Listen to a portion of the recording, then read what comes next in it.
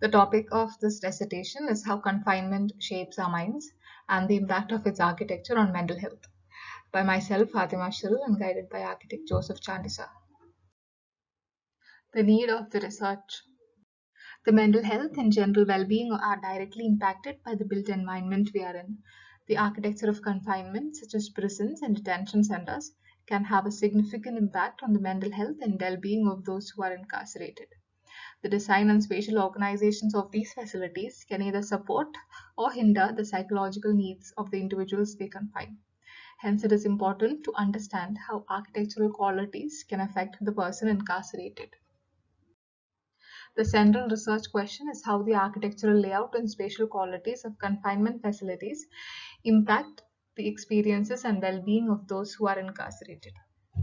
And the sub-research questions include the issues faced by confinement centers in Kerala, what is the current state of knowledge regarding this matter, how is architecture contributing to the psychology of confinement facilities, and what examples exist of successful implementations of these principles. The aim is to explore and understand the relation between architectural layouts and spatial qualities of confinement facilities and their impact on the user, with the goal of identifying design features and practices that can promote positive psychological outcomes. The research on how architectural layout and spatial qualities can affect the user in confinement has a broad scope that covers various aspects of architecture, psychology, public health, and sociology. The research can explore how the physical layouts of a building, such as room size, shape, etc., can impact the mood and behavior of occupants. It can also investigate how the spatial quality of a building, such as the use of color, texture, and materials, can influence the perception of space and its emotional impact on occupants. The research can analyze the functionality of spaces in confinement and how they can be optimized to promote health, safety, and well-being. The design of a space can impact its functionality, particularly in confinement. The limitation of this research may arise when data collection or surveys are to be done, considering sensitivity and stigma revolving around the topic. It can also raise ethical concerns, particularly regarding the well-being and privacy of the occupants, especially in confinement settings such as prisons or hospitals. The literature review was done on various topics such as correlation between the architecture and stigma around mental health, design elements and their relation with patients in mental health facilities, the image of madness, the architecture of psychiatric care, and salutogenic model. The inference from literature review include how stigmatization of these facilities can affect the user. The fear of being labeled, discrimination, etc. makes people avoid taking up treatment. Neglect towards the current functional problems, poorly financed and organized system fails to provide adequate condition for patients. How the patient's dignity and privacy is important and ensuring their protection. How mental architecture should be neither the architecture of madness nor the architecture of stigma, but an architecture of therapy, humanity, and safety. Also, how various design can affect the user is understood, how factors like natural lighting, ventilation, circulation system all impact the efficiency and effectiveness of treatment for both staffs and patients. Factors like lighting can lower or worsen agitation, depression, sleep habits, pain, etc. How architectural layout can impact the user, how furniture and the cognitive mapping, spatial organization, addition of nature, etc., can impact the user, how ambiguity should be avoided, how a door should look like a door, and everything must sound and feel like what they are. A sense of control and ability to be effective should be considered when designing spaces like day rooms, dining rooms, living rooms, etc. Keeping in mind the number of interactions done are all studied. Identified knowledge gap, how confining a person can affect them, how is different confinement facilities at present, what are their design conditions at present, and how does that affect the user in question. Methodology, the central research idea is to understand architecture and its influence on the users in confinement facilities. The objectives to be completed to achieve the study require both qualitative and quantitative research and analysis. The first stage of the study is to understand an overview of mental health in general and how the stigmatization of the same affects the user in concern. The second stage of the study focused on different design elements how it can impact the user and their psychological behavior. This was done with using various literature resources like research papers and books in order to understand their impact.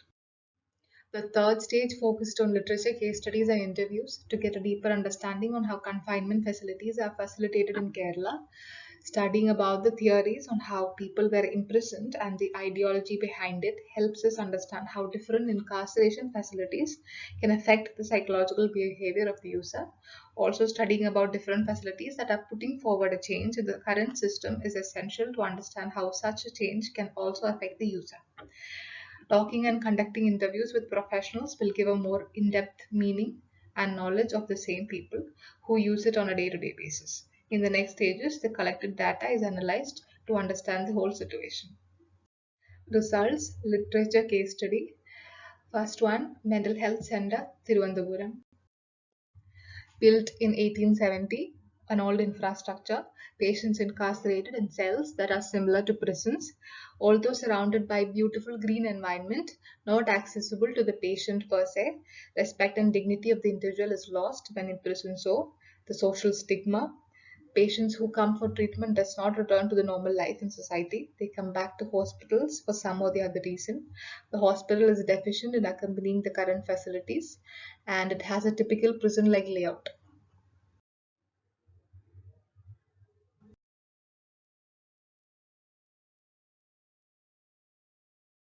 Second literature case study, the Panopticon prison. It was intended as a disciplinary mechanism developed by English professor and social thinker Jeremy Bentham. The idea was to supervise the greatest number of inmates with the fewest number of guards. The prisoners wouldn't be aware of when they are being watched, but they would be aware of the continuous presence of authority. This would force inmates to modify their own behavior through constant observation. New method of gaining power of mind over mind was seen here. The architectural layout was successful in impacting the psychological behavior of the users, in this case, the inmates.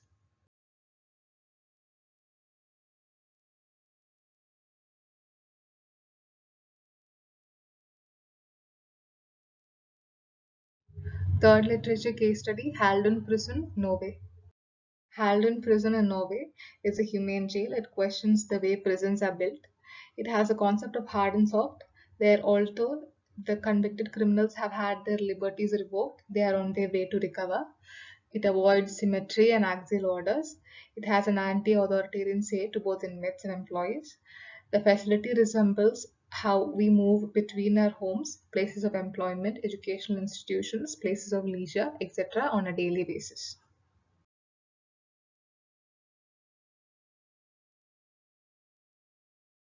An interview was done with Dr. Rajan Mathai, clinical psychologist of Kusumagiri Hospital in Kakinad. He has over 50 years of experience in the field of mental health and has graduated from the National Institute in Neuroscience, Bangalore.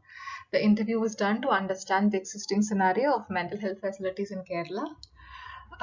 He threw light upon the neglect of the current infrastructure and how they had to host upcoming facilities and patients in the existing inhuman infrastructures, how no adequate facilities for people catering to long stay is there, how there is no integration of children and adults in psychiatry, very less integration of autism training center, how the current layout, including the long corridors with adjacent rooms and sometimes there is space for their close ones, how better ventilation could be incorporated, how privacy, hazardous materials are to be taken in consideration, the size of the room, comfort of the patients, as well as the relatives are to be considered, how factors like even the height of the ceiling fan, the size of windows, etc., are to be carefully designed.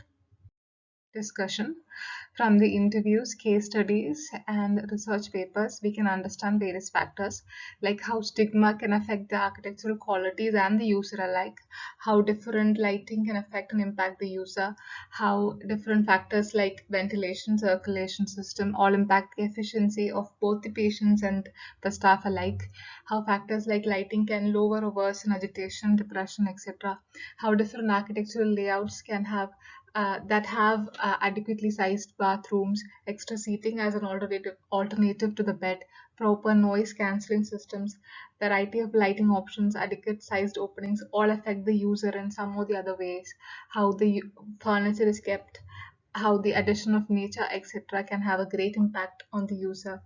How, when designing for such spaces, ambiguity should be avoided.